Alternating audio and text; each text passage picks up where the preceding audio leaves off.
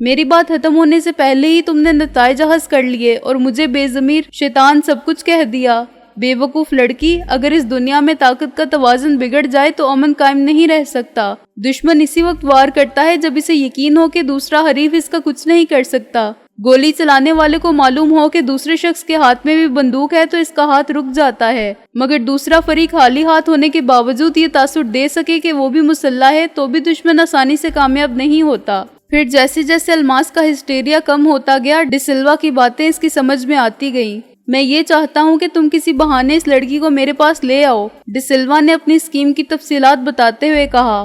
1 ہفتے کے اندر تم اسے دوستی بڑھا سکتی ہو اور اسے ایک ایسی جگہ لا سکتی ہو جہاں تمہارا کام ختم ہو جائے گا اور باقی کام میرا ہوگا۔ میں چند گھنٹے یا زیادہ سے زیادہ 1 دن اس لڑکی کو قید میں رکھوں گا۔ قید کا مطلب یہ نہیں کہ میں اس کو باندھ کر رکھوں گا یا اس پر کوئی ظلم کروں گا۔ وہ آرام سے ایک گھر میں رہے گی اور تم اس کے ساتھ رہو گی۔ تم دیکھ لو گی کہ میں اس لڑکی کے ساتھ کسی قسم کی زیادتی نہیں کروں گا اور اس کی کوئی تصویر نہیں اتاروں گا، لیکن میں اس کے باپ سے فون پر یہی کہوں گا کہ جو جیسا بوتا ہے ویسا کاٹتا ہے۔ اس نے کسی کی بیٹی کی عزت کا سودا کرنا چاہا تھا اور یہ بھول گیا تھا کہ اس کی اپنی بھی ایک جوان بیٹی ہے۔ وہ اس وقت ہمارے اسٹوڈیو میں موجود ہے اور ہم زیادہ اچھی فوٹوگرافی کر رہے ہیں۔ اس نے تو ساکت تصویروں پر ہی اکتفا کی تھی، لیکن ہم فلم بنا رہے ہیں جسے دیکھ کر اس کی اور دیگر شائقین کی طبیعت باغ باغ ہو جائے۔ اگر وہ چاہتا ہے کہ یہ فلم ریلیز نہ ہو تو وہ تمام نیگیٹو اور پرنٹ لے کر آ جائے اور اس بات کو ذہن میں رکھے کہ بے ایمانی کا خیال اگر اسے آیا تو دوسرے کو بھی آئے گا۔ اگرچہ ہوگا کچھ بھی نہیں، لیکن اس دھمکی کے بعد بڈھے کے لیے ہتھیار ڈالنے کے سوا چارہ نہ ہوگا۔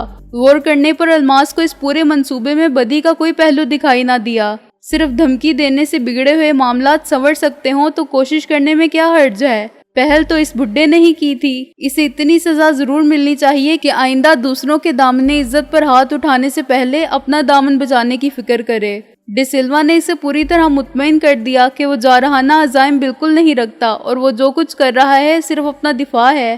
باقی تفصیلات سمجھ لینے کے بعد الماس نے اس کی مدد کی۔ 1 ہفتے کے اندر اس نے بڈھے کی لڑکی سے دوستی کر لی۔ یہ لڑکی جس کا نام گل رخ تھا طبعاً بہت سیدھی سادی لڑکی تھی اور اس سے تعلقات بڑھانے میں الماس کو زیادہ دشواری نہیں ہوئی۔ ایک بار ڈی سلوا کی جوابی کارروائی میں شریک ہونے کے بعد خود الماس کے جذبات انتقامی ہو گئے تھے۔ اس کے ساتھ کون سا شریفانہ سلوک ہوا تھا کہ وہ رعایت کرے؟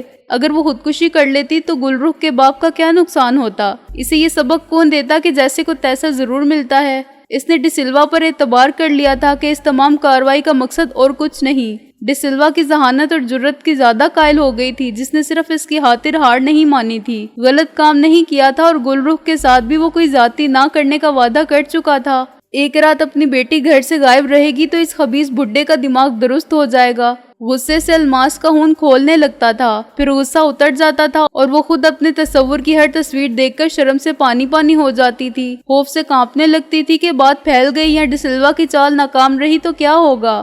1 ہفتے کے دوران میں الماس کو بہت سی باتیں معلوم ہوئی تھی۔ گل رخ کی شادی اب تک اس لیے نہیں ہو سکی تھی کہ جو اس کا پیغام لے کر آتا اس کی کسی چھوٹی بہن کو پسند کر لیتا تھا، لیکن اب اس کے سوا گھر میں کوئی نہیں رہا تھا اور خدا نے والدین کی دعائیں قبول کرتے ہوئے اس کے لیے بھی ایک رشتہ بھیج دیا تھا۔ چنانچہ اس سال کے آخر تک وہ شادی کے بعد اسکول میں پڑھانا چھوڑ دے گی۔ اس کا شوہر اعلیٰ سرکاری افسر ہے اور والدین کے پاس بھی خدا کا دیا سب کچھ ہے۔ چونکہ الماس کو ان باتوں سے دلچسپی نہیں تھی، اس لیے اس نے کبھی گل رخ کے ہونے والے شوہر کا نام نہیں پوچھا اور یہ نہیں پوچھا کہ اس کا باپ کیا کرتا ہے۔ اپنے بارے میں اس نے گل رخ کو ہر بات غلط بتائی، اپنا نام بھی، اپنے خاندان اور گھر والوں کے بارے میں بھی۔ ڈی سلوا نے کہا تھا کہ نہ وہ اس کے گھر جائے اور نہ اسے اپنے گھر یا دفتر کا پتہ بتائے، ورنہ بعد میں گڑبڑ بھی ہو سکتی ہے۔ الماس اس کی ہدایات پر عمل کر رہی تھی اور بہت محتاط تھی۔ بالآخر ایک روز وہ گل رخ کو اپنے ساتھ لے جانے میں کامیاب ہو گئی۔ طے شدہ مقام پر ڈی سلوا کی کار موجود تھی۔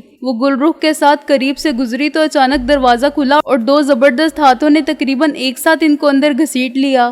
گاڑی کا انجن پہلے ہی چل رہا تھا۔ دروازہ بند ہوتے ہی گاڑی ایک جھٹکے سے آگے بڑھی۔ گل رخ کے حلق سے چیخ نکلنے بھی نہ پائی کہ ایک ہاتھ نے اس کے منہ پر کلوروفارم میں بھیگا ہوا رومال رکھ دیا۔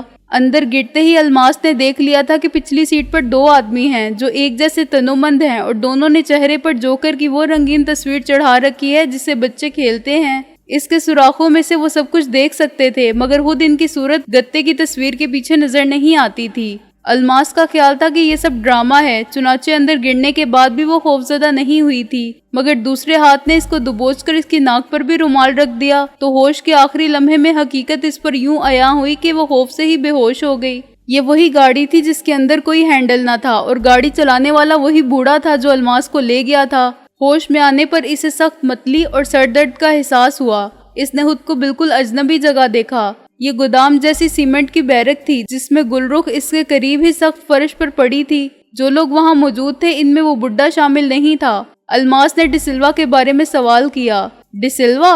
ایک نقاب پوش نے کہا مارا۔ وہ کیا ہوتا ہے؟ کیا پوری طرح ہوش نہیں آیا ابھی؟ اس کے اشارے پر دوسرے نے ٹھنڈے پانی کی بھری ہوئی بالٹی الماس پر الٹا دی۔ تم لوگ کون ہو؟ وہ ہانپتے اور سردی سے کانپتے ہوئے بولی۔ ڈی سلوا تم کو قتل کر دے گا جب اسے معلوم ہوگا۔ الماس کے منہ پر زبردست تمانچہ پڑا۔ یہ نام پھر مت لینا، پہلے شخص نے کہا اور الماس کی طرف ایک لفافہ پھینک دیا۔ یہ ہیں تمہاری تصویریں، باقی تصویریں ابھی بن کے آ جائیں گی۔ باقی تصویریں؟ الماس نے دہشت زدہ ہو کے چیخ ماری۔ کیا تم نے اس کی بھی؟ اس نے فرش پر لیٹی ہوئی گل رخ کی طرف دیکھا۔ ہاں، ہم نے اس کی بھی کچھ تصویریں بنا لی ہیں، وہ شخص بولا۔ اس کا منگیتر کسٹم آفیسر ہے، ہمیں اس سے کام لینا تھا، تم نے ہماری مدد کی، اب تم برابر کی شریک جرم ہو۔ یہ تم کیا کہہ رہے ہو؟ الماس نے ڈوبتی آواز میں کہا، مگر اس کو جواب دینے کے لیے خود ڈی سلوا اندر آ گیا۔ وہ بے اختیار ڈی سلوا کی طرف بھاگی۔ ڈی سلوا، یہ سب کیا ہے؟ تمہاری عقل کا فطور، تمہاری تقدیر کا چکر، تمہاری شامت اعمال۔ ڈی سلوا نے اسے دھکیل دیا۔ میں نے تم سے سب جھوٹ بولا تھا، تم کو میرے ایما پر میرے ہی آدمی اغوا کر کے لے گئے تھے۔ تم کو اس معاملے میں کوئی خوش فہمی نہیں رہنی چاہیے کہ میں تمہیں ایک مقصد کے لیے استعمال کرنا چاہتا تھا، دوسرا مقصد تم سے نجات حاصل کرنا تھا۔ تم مجھ سے شادی کے معاملے میں سیریس ہوتی جا رہی تھی، کسی دن بھی کہہ سکتی تھی کہ تم میری بچے کی ماں بننے والی ہو۔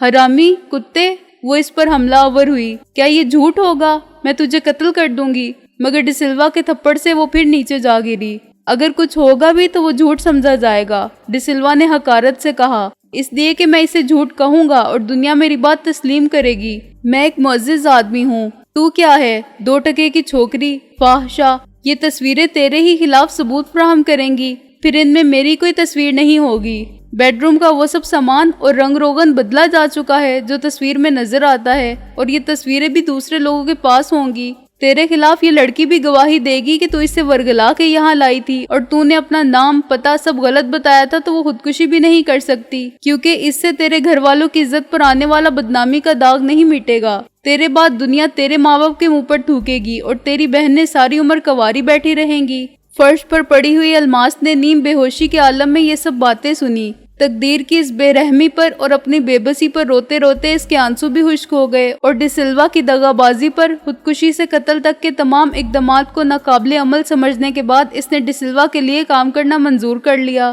ڈی سلوا نے اسے یقین دلا دیا تھا کہ اس نے کوئی حماقت اور حکم عدولی نہ کی تو اسے معاف کر دیا جائے گا اور اس کے خلاف تمام ثبوت ختم کر دیے جائیں گے۔ پھر ڈی سلوا نے اسے گل رخ کے منگیتر سے رابطہ قائم کرنے کے لیے کہا جو کسٹم آفیسر تھا اور ڈی سلوا کو خاصا نقصان پہنچا چکا تھا، رشوت قبول نہیں کرتا تھا اور دوسری مرتبہ ڈی سلوا کے آدمیوں کو مار کے بھگا چکا تھا۔ الماس اس کے پاس ایک مخبر بن کے پہنچی۔ کسٹم آفیسر بہت ذہین آدمی تھا۔ اس نے سب سے پہلے الماس سے یہی پوچھا کہ بظاہر وہ ایک شریف لڑکی نظر آتی ہے، اس کا اسمگلر سے کیا تعلق اور اسے ان کے بارے میں معلومات کیسے حاصل ہوئی؟ الماس نے کہا کہ وہ اچھے گھر کی لڑکی ہے، مگر اس کا بھائی صحبت بد میں پڑ کے خاندان کی عزت کو ہاک میں ملانے پر تل گیا ہے۔ اس کے پاس مشکوک چال چلن اور صورت سے بدکماش نظر آنے والے افراد کا آنا جانا ہے۔ وہ ان کے ساتھ جاتا ہے تو کئی دن لوٹ کر گھر نہیں آتا، اور آتا ہے تو نوٹوں سے بھرا ہوا بریف کیس لے کر آتا ہے۔ شروع میں والدین نے سختی سے پوچھا تھا کہ وہ کیا کرتا ہے اور اتنا پیسہ کہاں سے لاتا ہے، مگر اس نے کہا کہ عام کھانے سے غرض رکھو، پیڑ مت گنو۔ اب والدین بھی حرام کی اس کمائی سے عیاشی کے عادی ہو چکے ہیں، لیکن چند روز سے وہ دیکھ رہی ہے کہ سادہ کپڑوں میں کچھ لوگ مسلسل ان کے گھر منڈلاتے رہتے ہیں۔ وہ بھائی کو نہیں، گھر کی عزت کو بچانا چاہتی ہے۔ وہ چند افراد کو بھی شناخت کر سکتی ہے اور ان کے ٹھکانے سے بھی واقف ہے جو اس کے خیال میں وہ اڈا ہے جہاں سے سامان آتا جاتا ہے۔ کسٹم آفیسر پھر بھی مطمئن نہیں ہوا۔ اس نے پوچھا کہ ایسی صورت میں پولیس سے رجوع کرنے کی بجائے وہ اس کے پاس کیسے آ گئی؟ الماس کے پاس بہت معقول جواب تھا۔ وہ گل رخ کی سہیلی ہے اور اس کے ساتھ ہی اسکول میں پڑھاتی ہے۔